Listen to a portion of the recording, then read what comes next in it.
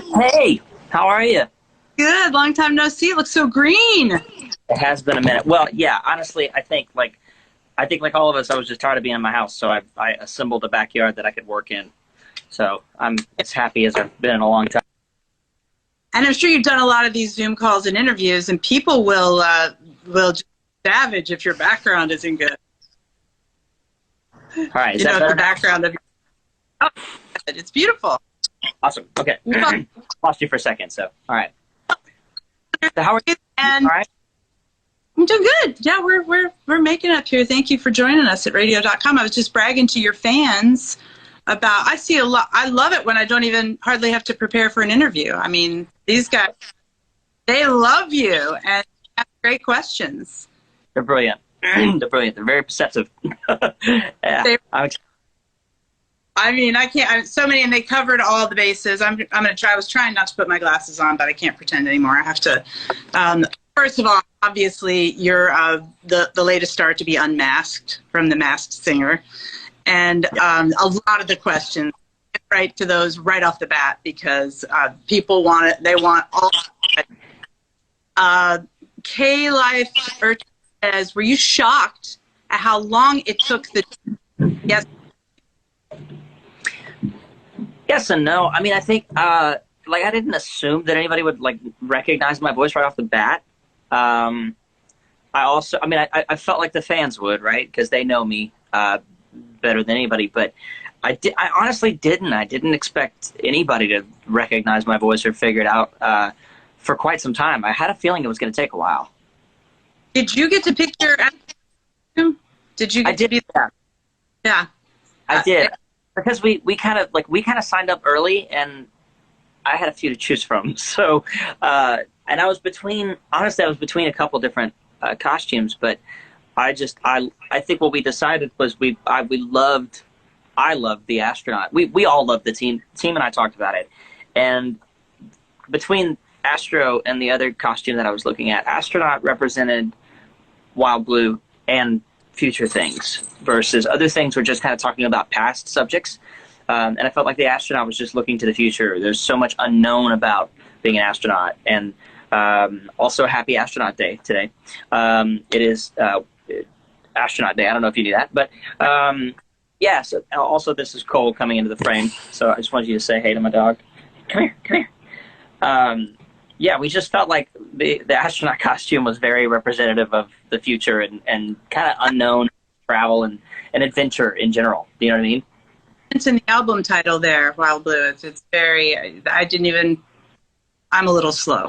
Your fans are much smarter and quicker than I am. Hoodlum wants to know, speaking of clues, who came clues on the show favorite? I know that I have a favorite. I know that the clues kind of come, honestly, from conversations that we have. So I'll, do a deep dive with the I'm just going to talk from right here. I'll do a deep dive with the producers, and we'll talk about things that I know the fans know, but I also know that are kind of more secrets. We'll go through kind of all of the above. Things everybody would know about me, things no one would know about me, things that only fans would know. And we kind of just pick our things that we highlight, and then they get real creative on how they present it, which I love. I think if anything, my favorite was probably just the code blue, because I knew that was going to be a dead giveaway right away, right? With Wild Blue and code, I felt like I was talking in code to the fans through these clue packages. So, yeah. Was it so hard for you not to respond? I mean, people were tweeting me. I know who it is. Yeah, it got a little tricky there towards the end because friends started texting and.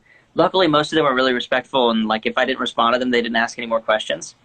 But it got a little tricky towards the end because at the beginning, we were in LA working on an album, that's the honest to God truth, and I didn't have to lie about anything, right? I was able to say because we were doing most of our work on the show in the mornings, so we would work for a little while, and then we'd come back. I'd be back in my home studio before I would normally wake up. So for most of my friends, nothing was surprising. Nothing caught them off guard. So that part was easy. But once it got later in the season, it got a little tricky. Are you a good secret? No. I'm the No. My fans will tell you that. I'm terrible. So, yeah. I love this. Donna G. Quick says, "What lesson you learned about yourself during The Masked Singer?" Hmm. Good question. Yeah, it's a great question. I've learned a lot about my voice. I think in the stuff that I've been doing lately, we were so busy and between touring and I had a lot of different changes last year, and I think kind of between all that, I wasn't really as close to my voice as I am now. I was kind of just singing and I was writing a lot. I was writing a ton, but I kind of I knew that there was this relationship that I needed to build with sort of this new voice, not new voice, but my voice has changed a lot, and I hadn't really spent a whole lot of time with it over the last couple of years. And the show was kind of, the show was a godsend in so many different ways, but in that way alone, I had an incredible vocal coach that helped me kind of find, Allie, get out of there. My other dog's just digging up the yard. That helped me find that voice and get to know that voice and get to know a lot of things about my.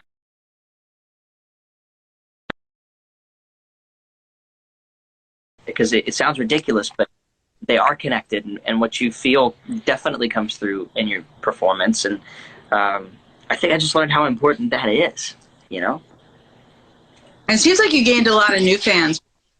It's funny, Colt, your dog's going crazy. My cat must sense that Colt is literally running like a crazy cat. Showing off. Oh, yeah. So you gain a ton of new fans, I think, from the show as well. That's kind of exciting to add to your crazy fans. It has been really cool to sort of feel like I'm having a new conversation with a lot of people that aren't necessarily familiar with me or my music, because it does feel like there's a shift in the conversation, which I love. I love that there's a kind of a new context, and a new context that includes a lot of different things that I like musically and want to have in my music and include in my music. Rather than just sort of knowing me from one song, I think the show really helped me explain myself musically without me being able to talk. It gave me the chance to try different things and sing different styles of music, use different parts of my voice, and even though I was out of breath because I was wearing a costume and it was 150 degrees and I've never done choreography before. It was very, very warm in the suit. And, oh, get out of there! Get out of there! And it was a little difficult to move, so I had to adjust to that. But even with all those things, I felt like I was using different parts of my voice, and I learned a lot. Like we just talked about, I learned a lot about my voice, and yeah, I felt like that's the conversation that I'm having with people now, versus just there's this one song that maybe somebody knows or they don't. I think that was the fun part about it, is getting to explain myself through music. Cheryl Feltman, who we both shout out, Nashville checking in, she says, now that you've been unmasked, who are you pulling for to go all the way? And do you have any idea behind their mask? I'm definitely pulling for Turtle. I want Turtle to win. Turtle has to win. I just feel like there's been so much. That's no disrespect to any of the other masked singers, but I do feel like Turtle's put a lot of work in this season. The little bit that I've seen, but I've seen it from home, right? We watch with everybody else. We don't get to see anybody else's performance on the set. They're very careful about that. Kind of helps you stay focused on your own performance, and it also, you don't get to see your own performance on set, which is really helpful for me because I'm overly critical. So, but I do know just from watching from the beginning of the season how much work the Turtles put in, and I don't know, I'm a really big fan, and I want them to win. And while we're at Matt, I loved this question. Your fans, again, it's a Fandemic, so I want to focus on their questions. Grace said, would you get what I did one more time? Get an astronaut tattoo. Oh, that's an interesting idea. I like that. I hadn't even thought about it. I thought about everything else. I thought about getting a personalized license plate that has Astro on it, and then I was like, I don't know, maybe. Thought about getting a replica of the suit made so I could just hang it in my home, as a conversation piece. I feel like a lot of people would either ask, what on earth is that? good Hall of Fame exhibit too. Yeah, potentially. Yeah, that'd be super dope. But what I probably, yeah, in the future, I think I would, because it was a good experience, and for me, like, it marks a really good transitional time for me, because at the same time I was doing the show, working on the album, that was a big shift. Like, there's a lot of personal shifts that happened between Wild Blue and Red Sky, and so it's marked with good memories for me, and I think I would. Yeah, I'd consider getting that as a tattoo. Yeah. Posted. Keep us posted. All right. Speaking of that, there are two branched off on two topics that I broke it down into. We can either go quarantine or Red Sky. Oh, you were talking about Red Sky. You want to go Red Sky and then quarantine? What was the first thing you said? I've got quarantine, Red Sky, and then some really great rando questions that we'll wrap up. I think quarantine and Red Sky kind of coincide together. Honestly, yeah. Let's start with quarantine then. Gens through Jen. Curious how you're doing mentally and what you're doing to during all this, because it is a lot. Even if you're doing great, like it's trauma on individually and collectively. Yeah. I'm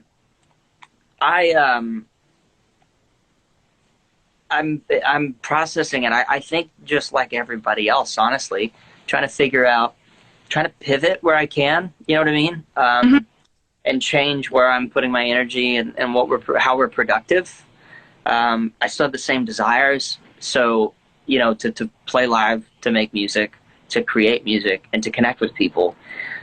So I'm just figuring out how to do that now. And I don't know how long it's going to take for it to be safe for concerts, right? So I'm trying to prepare for that as well, that reality of maybe it might take longer than I want it to.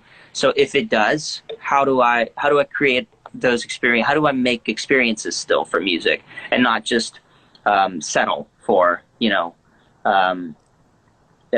different versions of like live streams and things like that.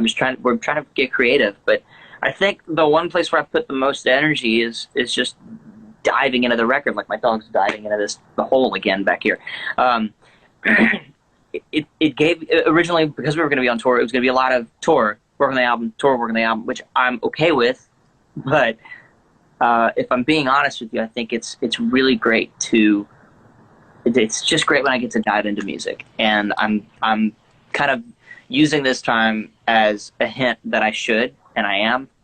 And it's been incredible what's happened because of that. Like, I feel like I'm seeing different sides of each song and understanding that understanding the depths of kind of where they could go and the potential for them. So I'm using the time to work on the album. And I know that kind of sounds a bit like I don't know, it sounds a bit predictable, but I think I've learned a lot about myself during this time, I'll tell you that. And just my own energy, what I need to create and how important it is for me. Like, honestly, being outside, like, this has been a game changer, having a space where I can work, and anyhow, it's just a chair and the sky. It's like, it changes scenery and it opens up my mind and it takes me away from the normality of a weird new normal.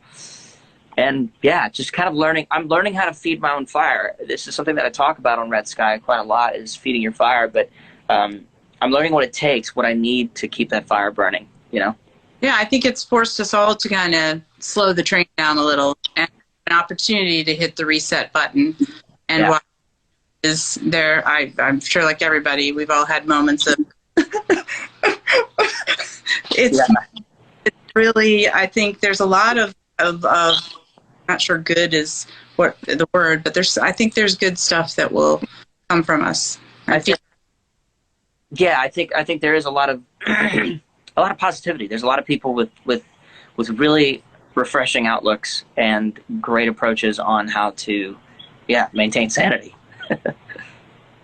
And also, I always, at the beginning, I was like, check on your free extrovert friends like me too, because it's hard for us. But then you also think it's alone with yourself. You got to figure out how to yourself, I think. Well, I got the cat, and you got the dogs. Yeah, but I mean, taking care of yourself and knowing kind of what, like I said, I mean, feeding the fire for me, that's a lot of different avenues. That's not just creative or music related. That's as a human, just to be good to the people around you, you know? That's what's always been cool about you, and I think that's watch you grow like that too. Able to, you know yourself. And I'm learning. All right, let's quarantine. Murphy wants to know if you picked up hobbies in quarantine, and the first place you'll go after quarantine is lifted. I'm going back to Los Angeles. I left a lot of things there because I planned on spending half the year there or more. So I've got a whole studio waiting for me there. I did pick up a couple new hobbies. I'm a gardener now. And Really? what I mean by that is I have 2 plants sitting in a window, and I'm trying to keep them alive. I've got rosemary and thyme for when it's time to cook. I picked up scootering again. A long time ago, I say a long time ago, it's like 3-4 years ago, I really wanted to get my motorcycle license, and I didn't have time to do it, so I got a scooter instead, because you don't need a motorcycle license if it's under 50 cc in the state of Tennessee. So I got a scooter, and I used it for a while because I lived close to the studio that I was working at. And then when I moved, I gave it to a friend of mine, and because I was kind of worried about using it on certain roads, and I called my buddy Andy, who had it, and I was like, "Hey, are you using it right now? Because if you're not, like, I think it might be the best way for me to restore my sanity." And he's like, "Dude, I haven't touched it in like ages." I think he had just put like a new battery in it or something. So he's like, "Come pick it up." So I did, and I have been taking scooter rides almost every day. Using it to store. If you see some weirdo on the street and a scooter with like full-on motorcycle gear that looks dumb on a scooter, it's me. And it's just been me going to get groceries. That's why you need the astronaut costume. You need to scooter around in the astronaut costume. I would be, yes, all of my Saints fans friends would be so proud of me with the black scooter and the gold suit. It'd be dope. And then Hayes Source wants to know what you miss most about being. I think you may have touched. You could. Yeah. Being on tour, everything.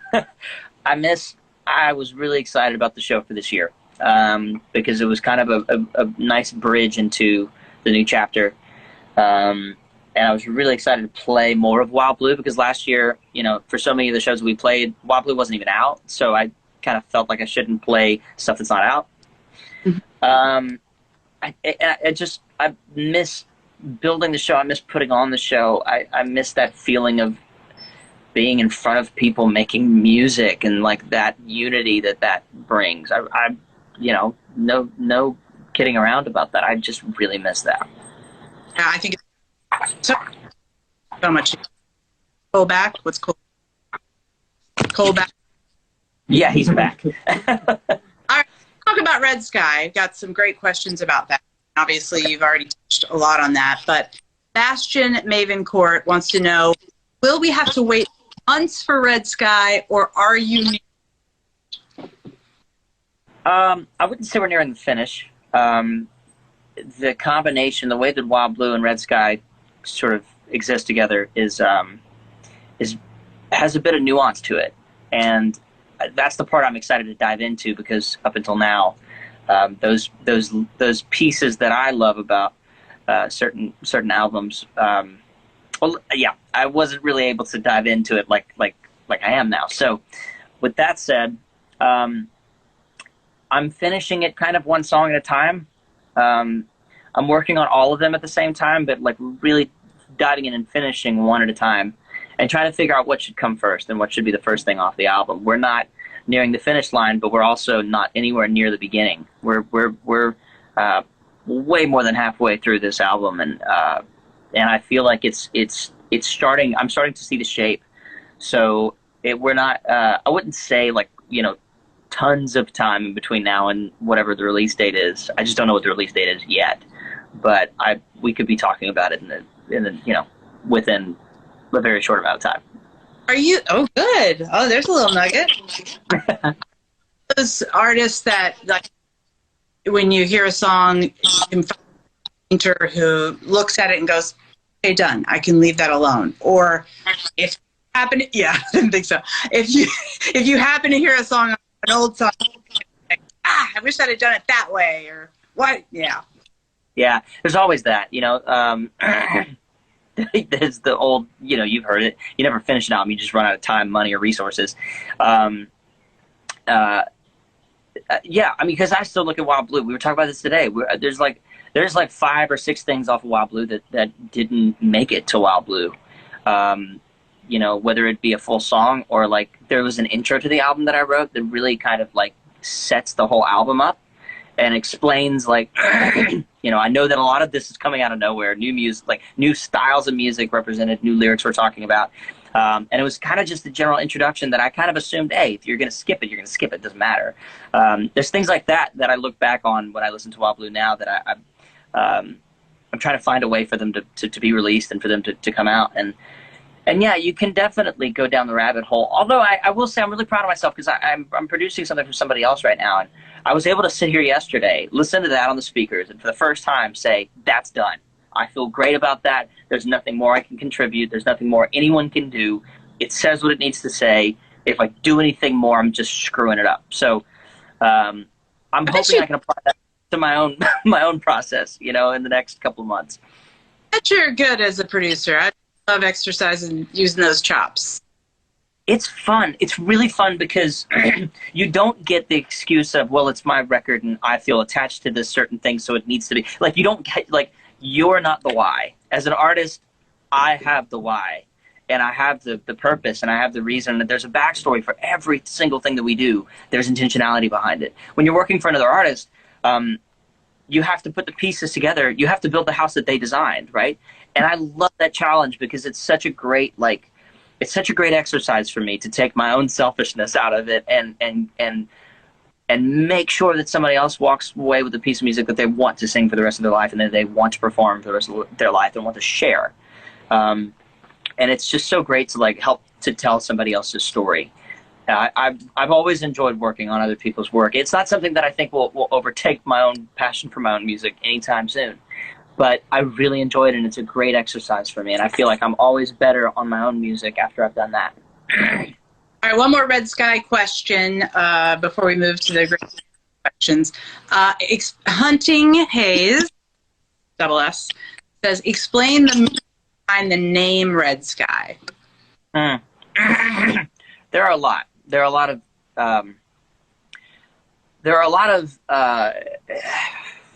lot of meanings behind those two words. The biggest is the visualization of massive change without seeing it right in front of you. But just the feeling, I've heard so many stories of, this was really interesting to me because right before Red Sky became the theme, I was working on Wild Blue. And within 2 weeks, 3 different people told me the same story about either I don't even know that I want to share it just yet, but I'll say this. I think what I've come to is that Red Sky, for me right now, represents keeping your inner fire alive. I had a brilliant moment a couple of years ago in Hawaii, the first time I went. I ended my day, by the grace of God, I ended up with this window seat at a restaurant overlooking the volcano, right? And it was so beautiful because there was this time lapse that happened as the sunset. I was there for the sunset. You don't get that lucky. I'll never get that lucky again. But I was there and I was like, okay, I prayed. I was like, well, what do I need to see right now? Because you've aligned all these things and I'm here and I feel like you're about to make a big statement. Make sure I'm listening. And that's what I got out of it was whether you could see it during the day or it took the sun to set, there was always a fire burning. And there was this glorious glow that is ironically seen best in the darkness.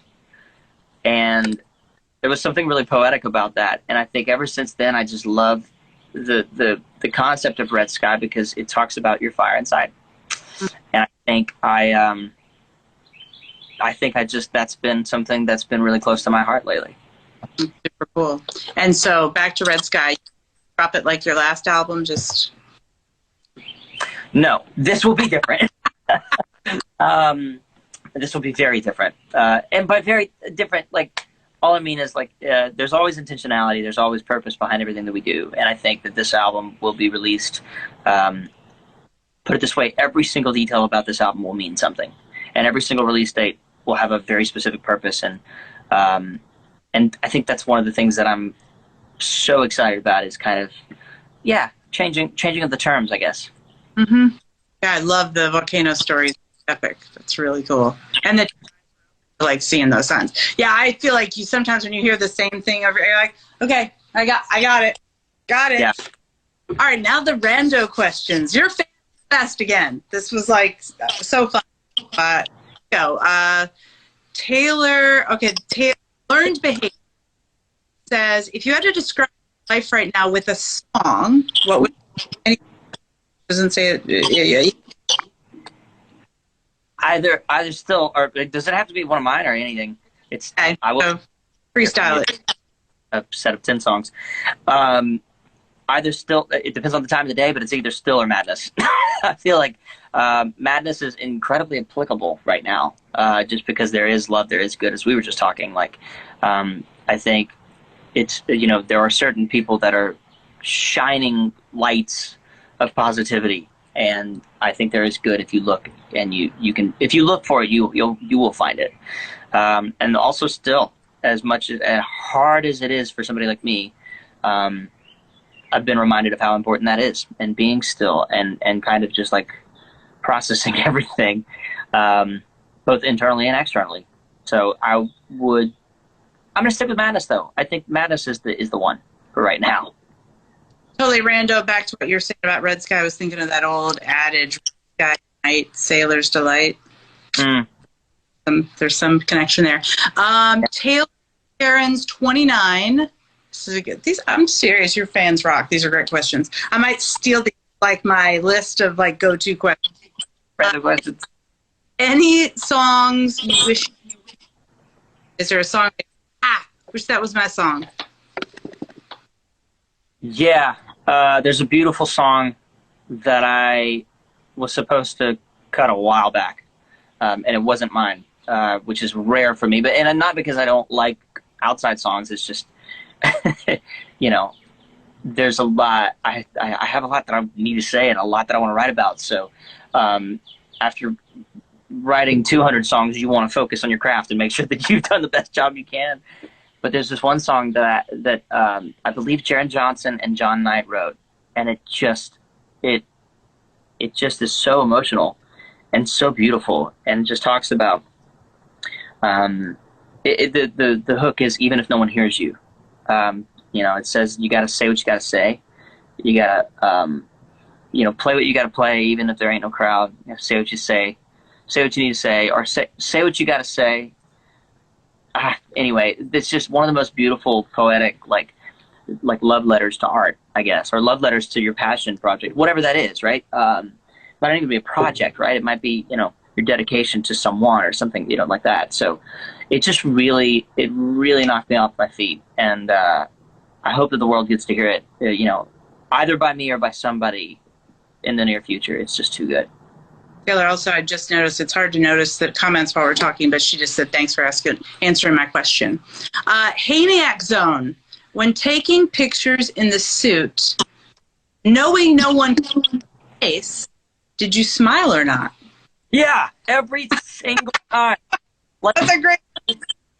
It's so human. You pose facially, and even when we had the visors, right? Because when I didn't have the mask on, I still had to have this total visor and the hoodie, and even taking because granted, you asked about taking pictures. You don't take pictures on set. When you walk on set, they have duct tape that goes over your camera lens, both sides. So it's very secretive. It's top secret. But the few times that we were rebels and took pictures in our dressing room, I still would smile and pose. Why? Don't you see? It doesn't matter. Yeah. Good question. All right, the Radical Florida. The Radical Flag Queen says, we know you like dogs. We've seen Cole and Ella there. What's your take on cats? I should get my cat. Talk to him. How am I going to get my cat? I actually had cats as a kid. We had a ton. Maybe that's why I'm more on the dog side now, because I had so many cats growing up that I really wanted to take care of a couple of really crazy, wild, weird dogs. Ella, You want to come here? Come here. Come here. Alan, come Yeah. here. Come here. Come answer a question. The people want to know. Alan, come here. Love you. You were the question from Hillary G. Big. Oh, wait. I'm sorry. Favorite show on Netflix, right? She needs recommendations. You're now her Netflix recommender. Well, obviously Ozark. I think I've told everybody about this show. Everybody knows about that show. If you haven't seen it already, it's kind of messed up though, so prepare yourself. But brilliant writing and incredible acting. And I'm also really not that I know him at all or that I have any say in this, but I'm really proud of Jason for directing most of the season. I really love that. I feel like it's the new Breaking Bad. I'm going to go on record as saying that. See, I haven't watched it. And I feel like it's too late to get on board now. Is there too much? Perfect time. There's only 3 seasons, so you've got enough time to like binge watch for like a couple weekends and like catch up. Or you can take your time and you'll I mean, let's be honest, you got plenty of time. Nobody's shooting anything for the next like 2 years. I mean, everything's on hold in Hollywood. So, we got to make the best with the catalog that we have, All right, very last question. A ton of your time, and it's been so fun. It's great to see you. I love this so much. Taylor Cairns 29 wants to know how much wood would a woodchuck chuck if a woodchuck could chuck wood? Anywhere is walking distance if you have the time. It's not what you have, it's what you do with it. Those are 2 sayings that I repeat all the time. I encourage everybody to say the same. So the wood, as far as the wood chucking and the chuck, I feel like he'd chuck whatever he would chuck if he has the time to do so, Yeah. Also, I saw my buddy Trev is on here, and I just wanted everybody to know I got all my dance moves from Trev. So there, I said it. For Red Sky, you enjoy your time in quarantine. Keep working hard. Thank you to all your amazing questions. I tried to ask as many as possible. I need them all as my producers because they're great. Yeah, they're the best. I love you guys. Thanks for tuning in, and thanks for the great questions. And I did see your comments as well. I am looking forward to crashing more Zooms. I'm looking forward to more fireside chats. I'm looking forward to all of these things. I had such a blast last week with so many of these sort of activities, so we shall do them again. But thanks for having me on today. I really appreciate it. Stay safe, Hunter Hayes. Great to see you, and thanks for everybody for tuning in to our radio.com Hunter Hayes Fandemic. Bye. Thanks for watching. If you liked the video, make sure to like and subscribe and hit that bell for all notifications from radio.com. While you're at it, why don't you check out some of our other great videos.